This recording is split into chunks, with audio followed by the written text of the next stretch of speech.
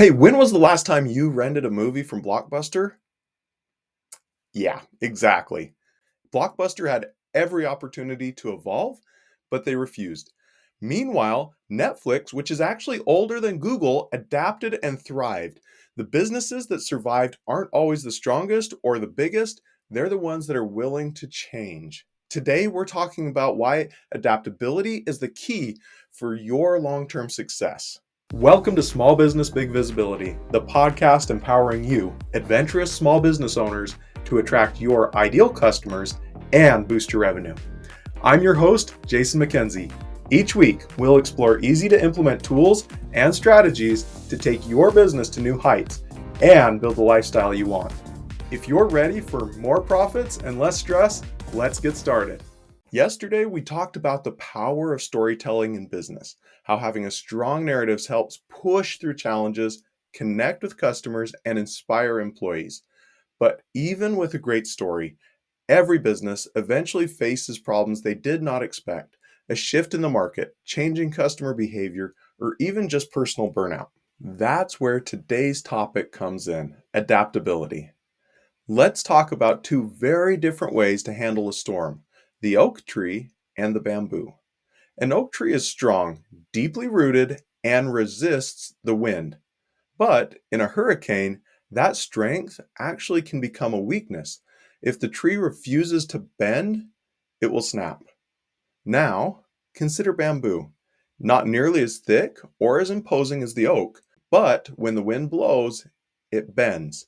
It moves with the storm instead of fighting against it. And when the storm passes, it's still standing. Business is the same way. Resist change like an oak, and you risk breaking when the pressure comes. Adapt like bamboo, and you'll survive, even thrive through challenges. Let's go back and revisit Blockbuster and Netflix for a moment. When was the last time you rented a movie from Blockbuster? Yeah, it's been forever. Blockbuster had all these chances where they could shift their model. Netflix even offered to partner with them, but Blockbuster held on to their outdated model, thinking, we're untouchable. Meanwhile, Netflix evolved first with DVDs by mail, then streaming, then original content. One business refused to adapt. The other, they leaned into change and they thrived.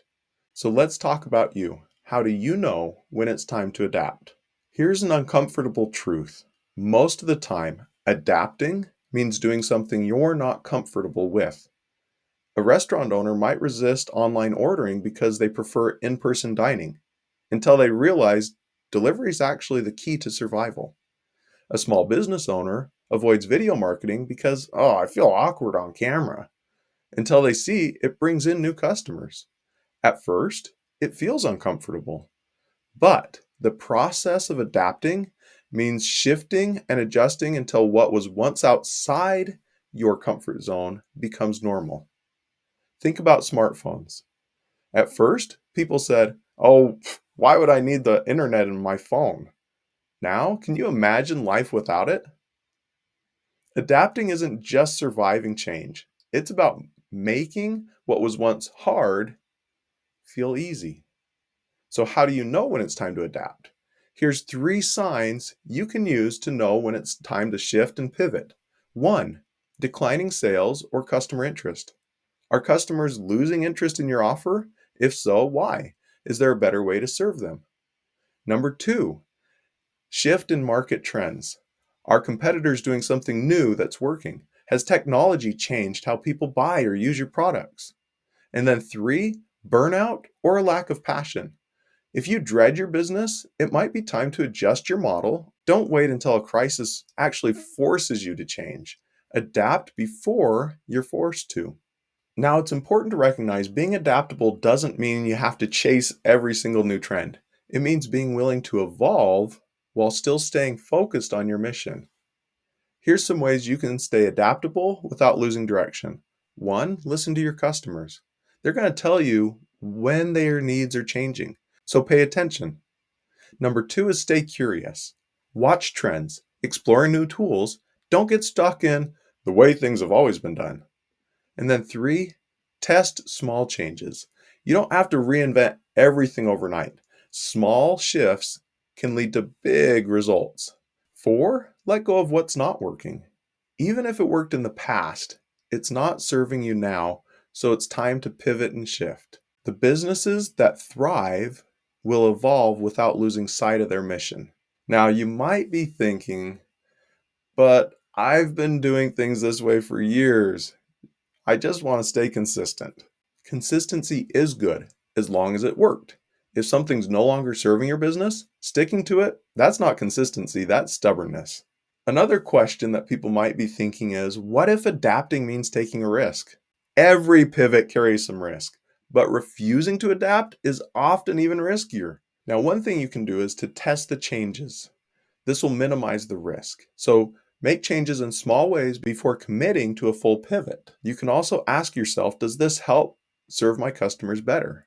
If it does, it's probably a good shift. Now, according to Jeff Bezos, what's dangerous is to not evolve. I invite you to take just 5 minutes today and do a bit of an adaptability audit.